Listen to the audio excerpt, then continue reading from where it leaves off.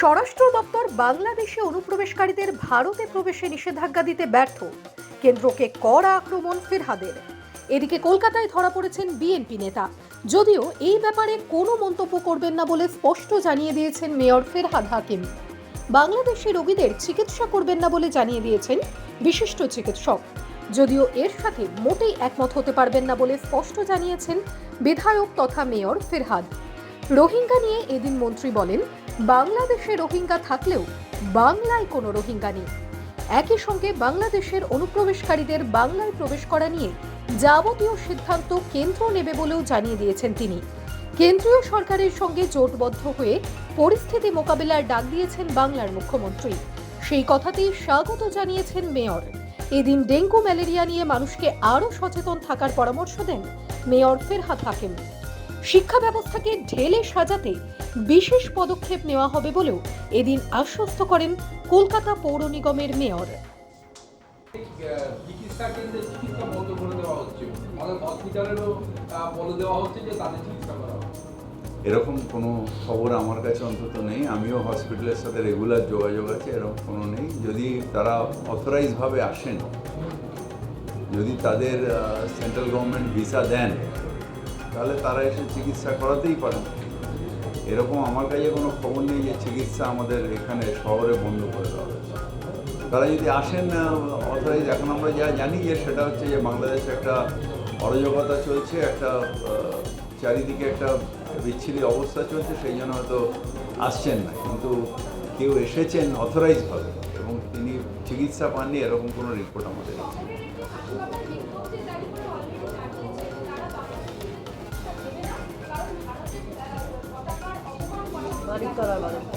সেটা ইন্ডিভিজুয়ালি কেউ করতে পারে, কিন্তু এরকম কিছু নেই আমাদের কাছে। কারণ যে নিশ্চিতভাবে বাংলাদেশে যেটা হচ্ছে, আমাদের প্রবল আপত্তি আছে। কিন্তু একটা মানুষ যদি অসুস্থ হয়ে যায়, সে আমার শত্রু হলেও আমি তাকে সুস্থ করব। এটা হচ্ছে একটা ডাক্তারের ধর্ম, একটা চিকিৎসকের ধর্ম, একটা চিকিৎসা কেন্দ্রের ধর্ম। সুতরাং সেখানে আমাদের মানবিকতায় হবে। আমার যে ধরুন, আমাকে একটা লোক খুন করতে এসছে, তাকেও যদি চিকিৎসার দরকার, তাকে চিকিৎসা দিতে হবে। না, এটা ঠিক না, এটা মানবিকতার পরিপন্থী না।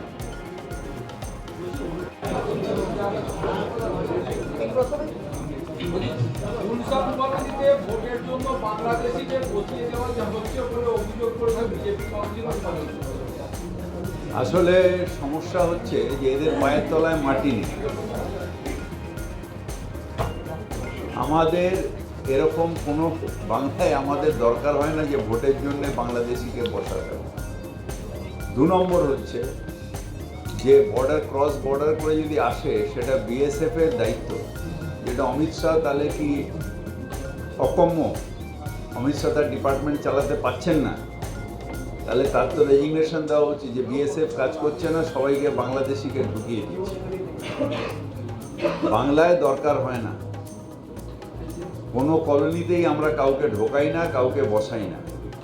আমাদের বাংলার মানুষ ভোট দেয় এবং তাই 6-6 হয়, আর এবার 260 হবে 26-এ।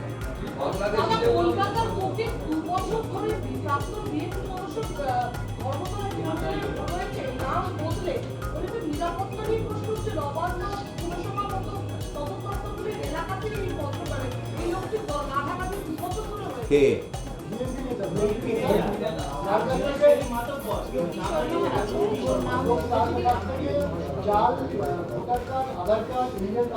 ভিআইপি?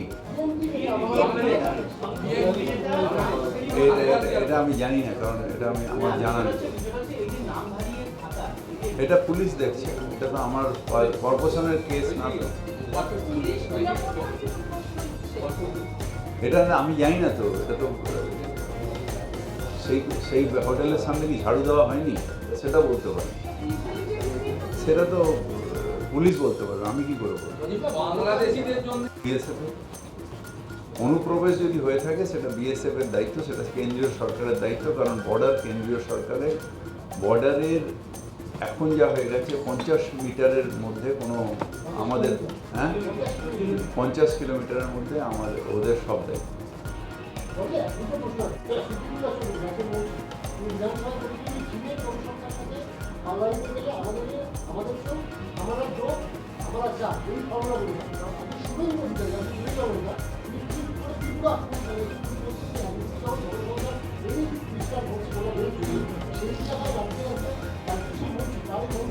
এটা হলো একটা ইউজলেস আলোচনা। এই আলোচনায় আমরা অংশগ্রহণ করতে চাই না। শুভেন্দু অধিকারেরও ব্যক্তিগত মত হতে পারে, আমাদের সিদ্দিকুল্লাহরও ব্যক্তিগত মত হতে পারে, এটার সাথে আমাদের কোনো আসে না। এগুলো হলো ইউজলেস জনসংখ্যা, মানে এটার কোনো হয় না, মানে আমরা এটার কোনো ব্যাখ্যা দিতে পারি না। এখানে আমি বলতে পারি আইডিতে দুজন মারা গেছে। সারা বাংলায় বিভিন্ন জায়গা থেকে বেলেঘাটা আইডিতে আসে, কলকাতার শুধু লোক থাকে। আমাদের এখানে যে রিপোর্ট আছে সেটা হচ্ছে আমাদের ম্যালেরিয়াতে 24/11 পর্যন্ত আমাদের কেস হয়েছে 9933, আগের বছর ছিল 23-এ, এবার হচ্ছে 5700, অর্থাৎ আমাদের 42% ডাউন আছে ম্যালেরিয়া। আর ডেঙ্গুর ক্ষেত্রে আমাদের 92% ডাউন, মানে আগের বার যা হয়েছিল 13,682টা কেস হয়েছিল, এবার 1081টা কেস ডেঙ্গুর এখনও পর্যন্ত রিপোর্ট হয়েছে, মানে 92% ডাউন আছে কলকাতা।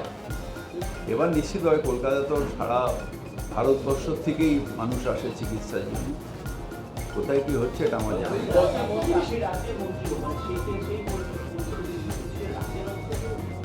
রাজ্যের অনেক জায়গায়, বিশেষ করে গ্রাম অঞ্চলে, যেহেতু আমাদের কলকাতায় অনেক দিন ধরে আমরা এই প্রচারটা চালাচ্ছি, গ্রাম অঞ্চলটা নতুন ডেঙ্গু এসছে, তার কারণ হচ্ছে গ্রাম অঞ্চলে আমাদের আর্থসামাজিক উন্নয়ন হয়েছে, বাড়িগুলো ঢালাই হয়েছে, সেই বাড়িগুলোর ওপরে কাজ।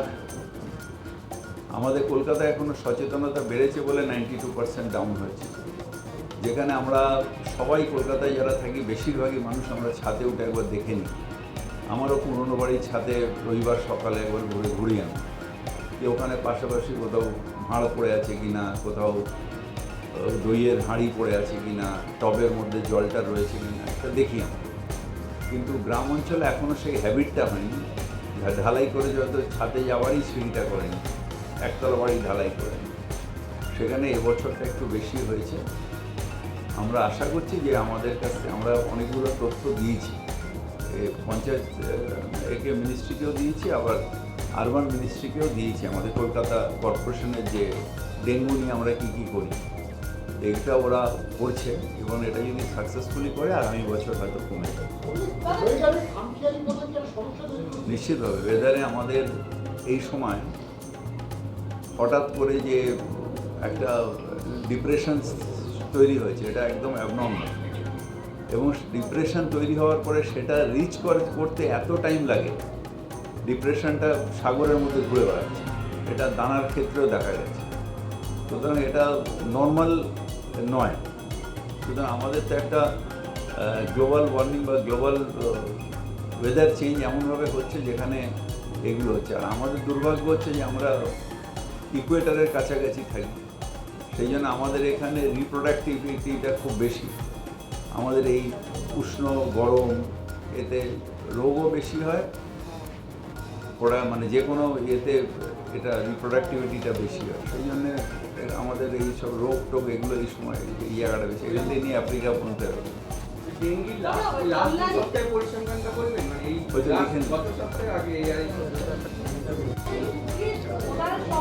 আপনারা ওগুলো টেনশন করছেন, কোনো রোহিঙ্গা কোথাও ঢুকছে না, কোনো জনসংখ্যা কোথাও ঢুকছে না, মানুষ যারা ভারতীয় মানুষ তারাই ভারতে থাকছে, আমাদের কোনো রোহিঙ্গা ঢোকাতে হয় না।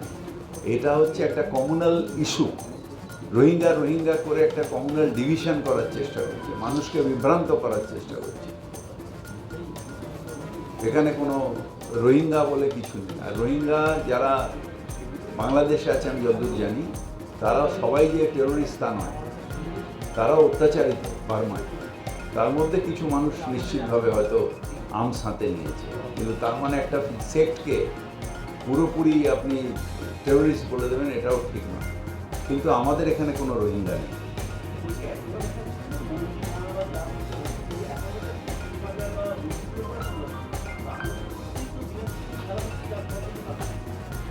সেটা নিয়ে আমরা কিছু বলতে পারি না, কারণ এটা সেন্ট্রাল গভর্নমেন্টের ডিসিশন। আমরা আমাদের দল এবং আমরা নিজেরাও ভারত সরকারের উপরে আমরা এটাকে ছেড়ে দিয়েছি এবং ভারত সরকার নিশ্চিতভাবে অ্যাপ্রিপ্রিয়েট নেবে। কিন্তু বাংলাদেশে যেভাবে হিউম্যান রাইটস লঙ্ঘিত হচ্ছে আমরা সবাই খুব উদ্বেগের সাথে, স্পেশালি আমরা যারা বাংলার মানুষ, যারা বাঙালি, যারা বাংলার সংস্কৃতি কৃষ্টিতে বিশ্বাস করি, ওপারের সংস্কৃতির সাথেও আমরা বিশ্বাস রাখি। ওপারে আমাদের কাজী নজরুলের পরিবার থাকেন এবং সেখানে তার কবরও আছে। সুতরাং ওপারে যেটা হচ্ছে সেটার মধ্যে আমাদের উদ্বেগ বাড়ছে, এটা ঠিক হচ্ছে না। আমাদের দেশের জাতীয়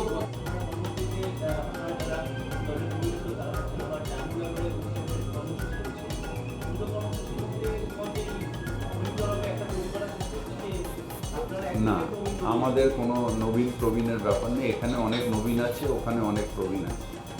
আপনারা যেগুলো করছেন এগুলো নয়। ওখানে ওদের কনস্টিটিউয়েন্সিতে একটা ডাক্তারদের প্রোগ্রাম আছে, আর এখানে আমাদের মাইনরিটি সেলের একটা প্রোগ্রাম আছে। এটার সাথে ওর কোনো সম্পর্ক নেই। সামনে রেখে অবমাননা করছে, আমরা সবাই তার তীব্র প্রতিবাদ করি। আমার জাতীয় পতাকা আমার কাছে সম্মান। আমার সম্মানকে যে নষ্ট করবে তাকে নিশ্চিতভাবে আমি করি। কিন্তু যেহেতু এটা অন্য দেশের ব্যাপার, এটা আমাদের সেন্ট্রাল গভর্নমেন্টের যে বিদেশ নীতি তার সাথে আমরা সমর্থন করি এবং আমরা আশা করব যে সেন্ট্রাল গভর্নমেন্ট অ্যাপ্রোপ্রিয়েট স্টেপ নেবে। আপনি আমার মুখ দিয়ে এগুলো বার করতে পারবেন না, কারণ ভারত সরকার যেটা করবে সেটাই আমাদের কাছে।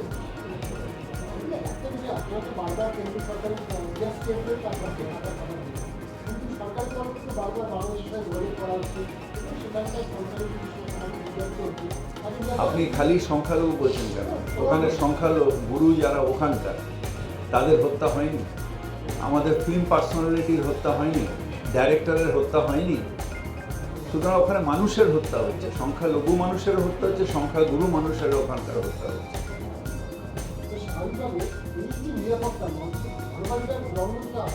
মানবাধিকার লঙ্ঘন হচ্ছে। আমি সুনিশ্চিতভাবে বিশ্বাস করি যে ভারত সরকার অ্যাপ্রোপ্রিয়েট স্টেপ নেবে, কারণ আমরা তো এখানে আছি, এখানে তো আমাদের পক্ষে সম্ভব না বিদেশ নীতি, কিন্তু ওখানে নেবে। বাংলাদেশ সৃষ্টি হয়েছে ভারতের অবদান, এটা সুতরাং তারা এটা ভুলে গেলে চলবে না যে ভারতের অবদানের জন্য আজকে বাংলাদেশ রয়েছে।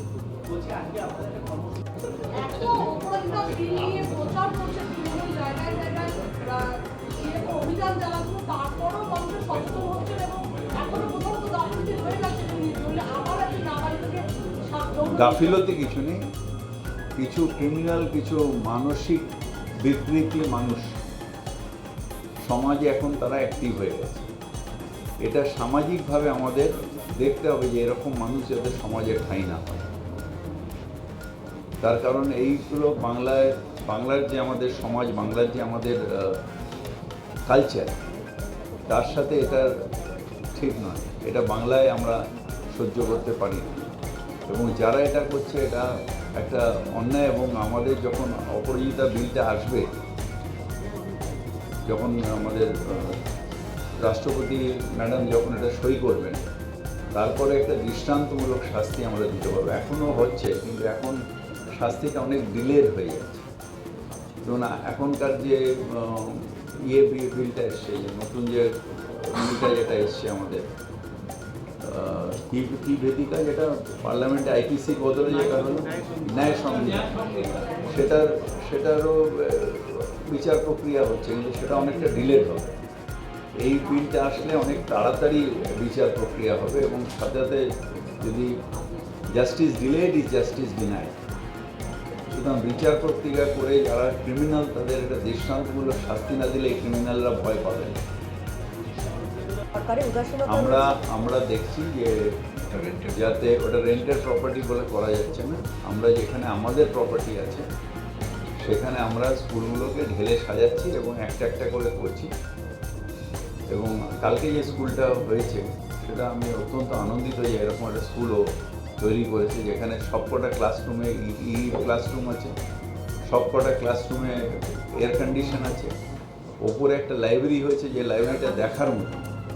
আপনারা যাবেন না, নিমন্ত্রণ তো দেওয়া হয়েছিল, যাবেন না। পুরসভা সমস্ত স্কুলকেই কি এরকমভাবে সাজানো হচ্ছে? এরকমভাবে একটা একটা করে সব স্কুলই মডেল স্কুল তৈরি হবে। কতগুলো স্কুল এই মুহূর্তে রয়েছে? এই মুহূর্তে 15টা এখনো হয়ে গেছে। আমরা আর্থিক দিক দিয়ে আস্তে আস্তে চেষ্টা করছি একটা একটা করে সব স্কুলই করে নেব। दादा वार्ड 42 के जो काउंसलर हैं उन्होंने कहा है कि उनके वार्ड में चलने की भी जगह नहीं बची है। जितने जो डाला वाले लोग हैं वो फुटपाथ को कवर करके बैठे हुए लोग चल नहीं पा रहे। उनका कहना है कि बड़ा बाजार थाने से जो है उसकी सेटिंग है और हम लोगों ने कई बार मेयर को कुछ चीज़ की थी लेकिन अभी तक कोई जवाब नहीं आया। वही सब है ये आज के प्रॉब्लम नहीं है, 50 साल की प्रॉब्लम है। मैं आप थोड़ा देर पहले बताया था, हम भी अपना फैक्ट्री का माल जब डिलीवरी करते थे तो हमको खड़ा नहीं होने देता था मेरा मेट्रो। हम लोग बड़ा रास्ता में रख के वहाँ हम भी कंधा में उठा के माल डिलीवरी करते। मेरा अपना फैक्ट्री का जो इनिशियल स्टेज में हम खुद देखते थे, तो वहाँ पर डाला का राज आज नहीं है। और ये बागड़ी मार्केट में आग लगने का कारण ही है डाला। मैं आग्रह करूँगा पुलिस से जो इसका बंदोबस्त करे। ऐसा है जो डाला हटाता नहीं है बोल के हम लोग कंजर्वेंसी का काम नहीं होता। महेश जी ठीक बोले हैं, मगर हम लोग का भी एक कॉरपोरेशन में तो अपना पुलिस नहीं है, अपना ये नहीं है जो हम किसी से ज़बरदस्ती करेंगे। तो पुलिस को हम आग्रह करेंगे जिसके ऊपर ध्यान देने के लिए। दादा वहाँ के लोग जो बड़ा बाजार के वासी हैं उनका कहना है कि मेयर साहब अगर हर जगह तो वो जाते हैं बड़ा बाजार आके वो खुद फुटपाथ बड़ा बाजार में हम बहुत बार गए, बचपन से जाते हैं फुटपाथ पर चल के मेयर साहब देखेंगे। हम। मेयर साहब तो नया नहीं हुआ, जो बाहर से आया है, कलकत्ता में पैदा हुआ, कलकत्ता में धंधा करके बड़ा हुआ है, और आज भी हमारा कलकत्ता में ही सब माल जाता है। तो कलकत्ता में हम खुद फुटपाथ में चले हैं, और हम तो खुद बोल रहे हैं हम खुद इसके भुक्तभोगी हैं। बोलूँ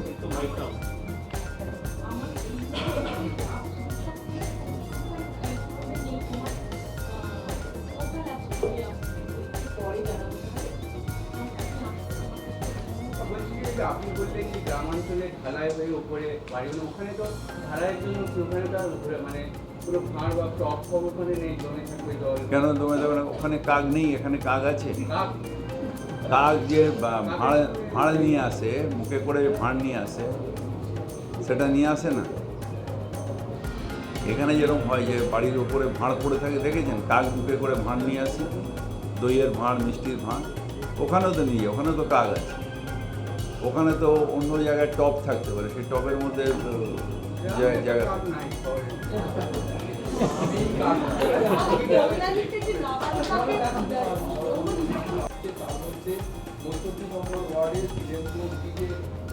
একটা একটা করে আমরা করছি। আমাদের তো আর্থিক দিক দিয়ে খুব বেশি আমাদের সম্বল নেই, কারণ আরও অনেক কিছু করতে হয়।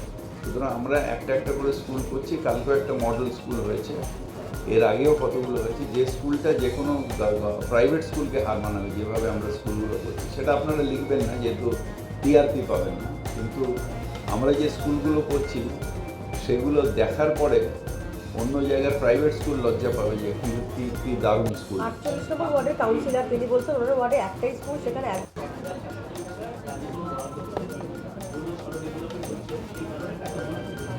আমাদের এখানে হচ্ছে, কেন্দ্রীয় সরকার একটা পারসেপশন তৈরি করছে যে কিছু হচ্ছে না, হচ্ছে না।